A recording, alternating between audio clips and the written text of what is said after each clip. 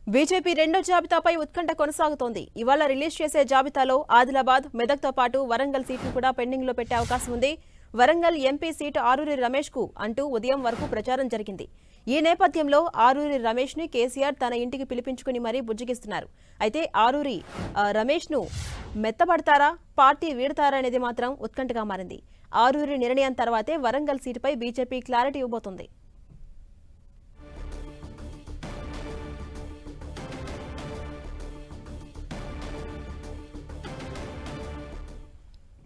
ఇదే అంశంపై మరింత సమాచారం మా ప్రతినిధి అజయ్ అందిస్తారు. అజయ్, బీజేపీకి సంబంధించి ఈరోజు రెండవ జాబితా ఉంటుంది. దాంట్లో 7 పేర్లు విడుదల అవుతుంది అనే ఒక వార్తలు అయితే పెద్ద ఎత్తున వచ్చినటువంటి పరిస్థితి చూడవచ్చు. 11వ తేదీన జరిగినటువంటి ఏదైతే బీజేపీ ఎన్నికల కమిటీ ఈ మేరకు నిర్ణయం తీసుకొని 7 స్థానాలకు అభ్యర్థులను కూడా ఖరారు చేసినటువంటి పరిస్థితి. కానీ ఆ తర్వాత పరిణామాలన్నీ కూడా మారిపోయాయి. 2 రోజులలో పరిణామాలన్నీ కొంత మారినటువంటి పరిస్థితి. అయితే ఈరోజు ఉదయం వరకు కూడా వరంగల్కి సంబంధించి ఆరూరి రమేష్కు బీజేపీ టికెట్ ఇస్తుంది.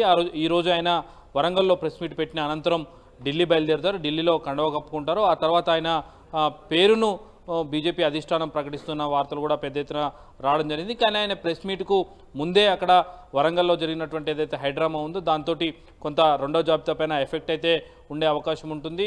అయితే 7 సీట్లు విషయానికి వస్తే ఏదైతే పెండింగ్లో ఉన్నటువంటి 8 సీట్లలో ఆదిలాబాద్ మినహా మిగతా 7 స్థానాలకు అభ్యర్థులు ఖరారయ్యారన్న వార్తలు పెద్ద ఎత్తున రావడం జరిగింది. అదేవిధంగా ఏదైతే మెదక్ స్థానానికి కూడా ఒక బీజేపీ సిట్టింగ్ ఎంపీ బీజేపీలోకి వచ్చేందుకు ప్రయత్నాలు చేస్తున్నారన్న వార్తలు కూడా బీజేపీ నాయకుల్లో చర్చించుకుంటున్నటువంటి పరిస్థితి మనం చూసుకోవచ్చు.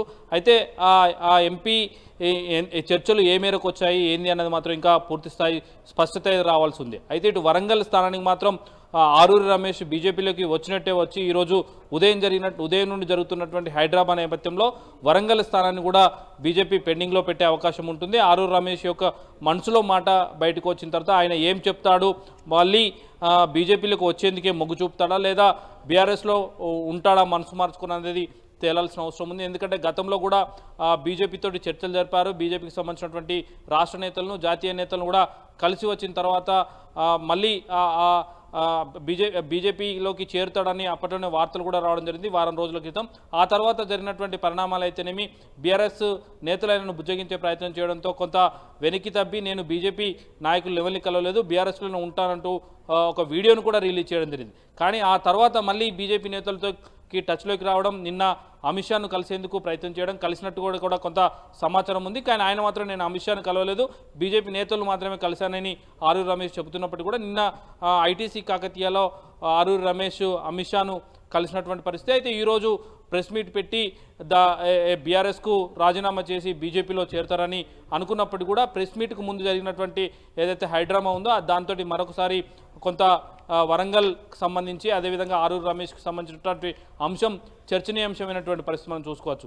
ఆరూరి రమేష్ను అక్కడ ఉన్నటువంటి స్థానికంగా ఉన్నటువంటి నేతలు, మాజీ మంత్రి ఎర్రబెల్లి దయాకర్ అయితేనేమి, బసవరాజ్ సార్ అయితేనే వాళ్ళంతా కలిసి హైదరాబాద్కు తీసుకురావడం, కేసీఆర్ నివాసంలో వరంగల్ పార్లమెంట్ పైన చర్చ జరగడం కూడా జరిగినటువంటి పరిస్థితి మనకు తెలిసిందే. ఇలాంటి నేపథ్యంలో ఆరూరి రమేష్ ఏ నిర్ణయం తీసుకుంటాడు, బీజేపీలోకి వస్తాడా లేదా మనసు మార్చుకొని మళ్ళీ బీఆర్ఎస్లోనే ఉంటాడా అన్నది ఒక స్పష్టత అయితే వచ్చిన తర్వాతనే వరంగల్ స్థానాన్ని కూడా ప్రకటించే అవకాశం ఉంటుంది.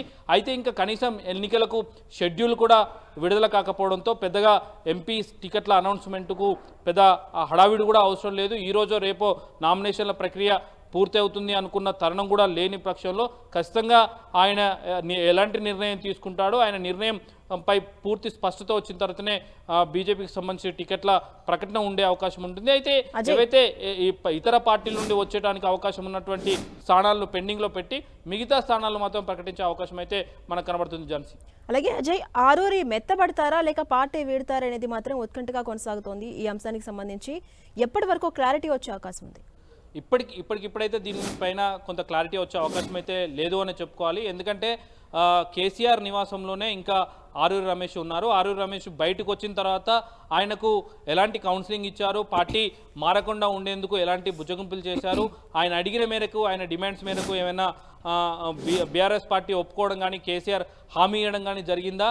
అయితే కేసీఆర్ ఇచ్చిన భరోసాకు ఆయన మనసు మార్చుకుంటాడా, బీజేపీలోకి చేరకుండా బీఆర్ఎస్లోనే ఉండేందుకు నిర్ణయం తీసుకుంటాడా అన్నది కూడా తేలాల్సి ఉంది. అయితే గతంలో కూడా ఇలాంటి బుజ్జగింపులు బీఆర్ఎస్ నేతలు చేయడం జరిగింది. హరీష్ రావు అయితేనేమి, కేటీఆర్ అయితేనేమి, కేసీఆర్ అయితేనేమి ఏదైతే ముందుగా బీజేపీలోకి వెళ్తాడని వార్తలు రావడం బీఆర్ఎస్ సంబంధించినటువంటి నేతలకు తెలియడంతోనే ఈ బుజ్జగింపుల పర్వం గతంలో కూడా చేయడం జరిగింది.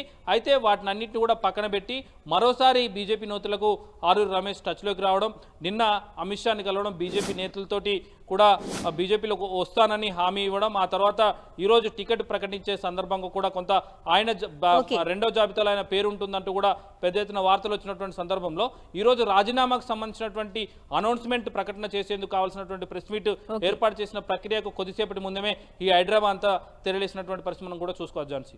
Right, thank you Ajay.